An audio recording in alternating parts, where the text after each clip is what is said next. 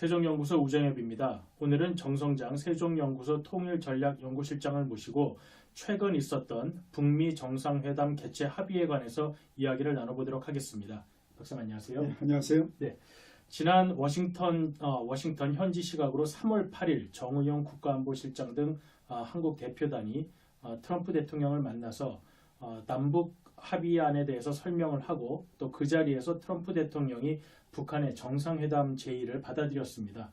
올해 초까지만 해도 이제 양국 간에는 핵 단추 이야기가 나오는 등 분위기가 좋지 않아서 이렇게 관계가 진전될 것이라고 예상한 사람이 거의 없었는데요.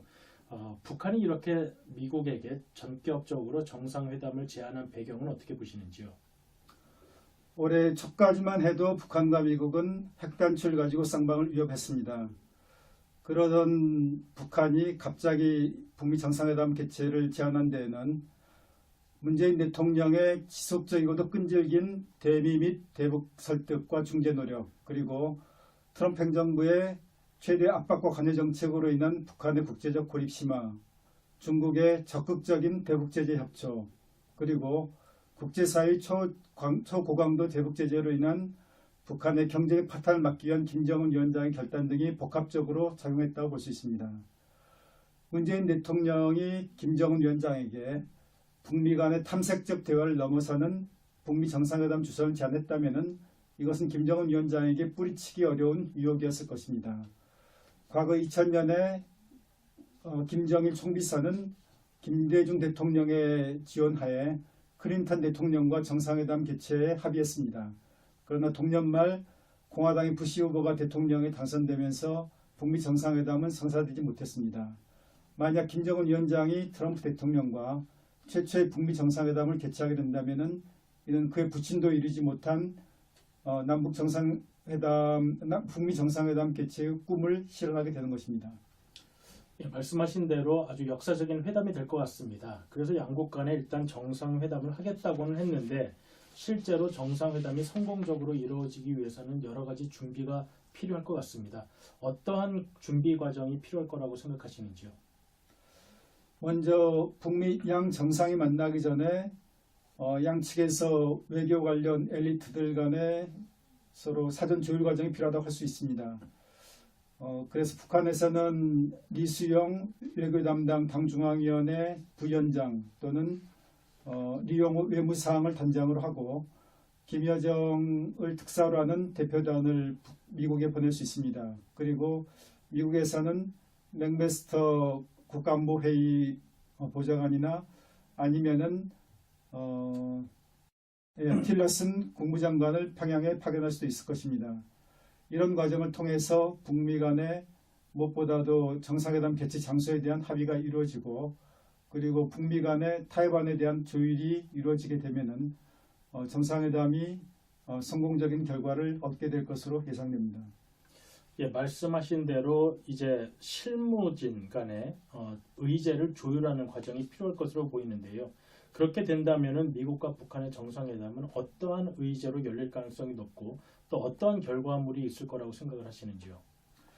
북한은 미국에게 북한이 핵무기와 대륙간 탄도미사일을 포기하는 조건으로 북미 수교 그리고 국제사회의 대북제재 완화 또한 한미연합군사훈련 중단 등을 요구할 가능성이 높습니다. 만약 트럼프 대통령이 이 같은 북한의 요구를 수용한다고 하면은 북한 핵미사일 문제와 관련해서 획기적인 진전이 이루어질 수 있을 것입니다. 김정은 위원장은 경제 파탄을 막기 위해서 그리고 트럼프 대통령은 올해 연말 중간선거를 앞두고 최대 외교적 성과를 이룩하기 위해 빅딜을 추구할 만한 공동의 이해관계가 있습니다. 만약 북미 간의 대타협이 이루어지게 된다면 북한은 작년 제6차 핵실험 그리고 세 차례 ICBM 시험 발사를 통해서 미국이 마침내 북한과의 평화 공존에 합의하게 되었다라고 대내적으로 선전할 수 있을 것입니다. 그리고 미국은 북한이 최대의 압박과 관여 정책으로 인해 마침내 핵포기라는 과거 역대 정부가 실현하지 못한 목표를 트럼프 행정부가 달성했다고 대내적으로 선전할 수 있을 것입니다.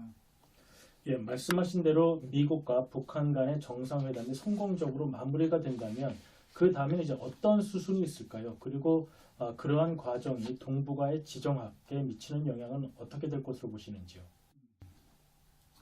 오는 4월 남북 정상회담 그리고 오는 5월 북미 정상회담이 성공적으로 개최되면 김정은 위원장은 중국, 러시아 그리고 일본과의 정상회담을 추진할 가능성이 높습니다. 과거 2000년에 김정일 총비서는 6월에 남북 정상회담 개최에 합의한 후에 5월에 곧바로 중국에 가서 장점인 국가주석과 정상회담을 개최했습니다. 그리고 6월 남북 정상회담이 개최된 후에는 7월에 푸틴 대통령을 평양에 초청을 해서 러시아와 정상회담을 개최했습니다.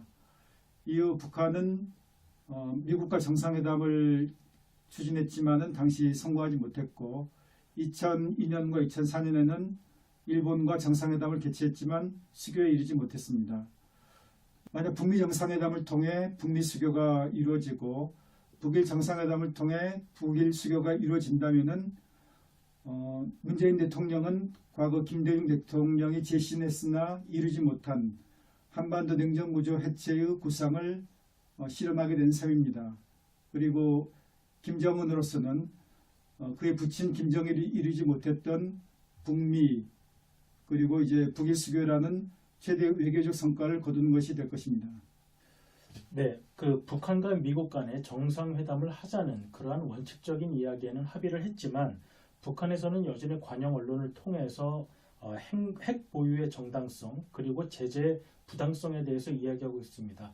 반면에 미국에서는 북한의 구체적인 조치가 선행되지 않으면 회담을 하지 않을 수도 있다는 말을 또 하고 있습니다. 이것은 이제 회담의 진행을 낙건만은 할 수 없다는 분위기가 있다는 걸 보여주는데요. 이러한 부분에 대해서는 어떻게 생각을 하십니까? 북한 최고 지도자의 결정이 노동신문에 반영되는 데는 일정한 시차가 존재합니다. 과거 2000년 남북 정상회담 있고 나서 북한 노동신문에서 남한에 대한 괴뢰 통치배라든가 파쇼 통치배 이런 식의 표현들이 사라지는 데는 약 일주일 정도가 걸렸습니다. 이번에도 이제 어제부터 북한 노동신문의 대비 비난 기사가 사라지기 시작했습니다. 앞으로 북한이 그러니까 미국에 대해서 보다 더 우호적인 대까지 나가지는 않는다 하더라도 최소한 과거의 어떤 비난하는 입장에서는 탈피할 가능성이 충분히 있다고 봅니다. 북미가 핵폐기 합의한다 하더라도 검증이라는 그 과제를 돌파하기는 굉장히 어려울 것으로 예상이 됩니다. 그래서 그 과정에서 문재인 대통령이 지금까지 보였던 것과 같은 적극적인 중재 및 조율 노력이 매우 중요하게 작용할 거라고 예상합니다. 문재인 대통령이 과거엔 생각도 하기 어려웠던 북미 정상회담 개최라는 기적적인 사건을 이끌어냈는데 앞으로 이제 핵폐기까지 도달하기 위해서 더욱더 적극적인 운전자 노력을 기울여야 할 것이라고 생각합니다. 예, 박사님 감사합니다. 예, 감사합니다. 네, 오늘 정성장 박사님과 나눈 이야기는 세종연구소 홈페이지에 올라와 있는 정성장 박사님의 세종논평, 북미 정상회담 개최 합의와 한반도 냉전구조 해체 전망에서 자세히 읽으실 수 있습니다. 오늘 시청해 주셔서 감사합니다.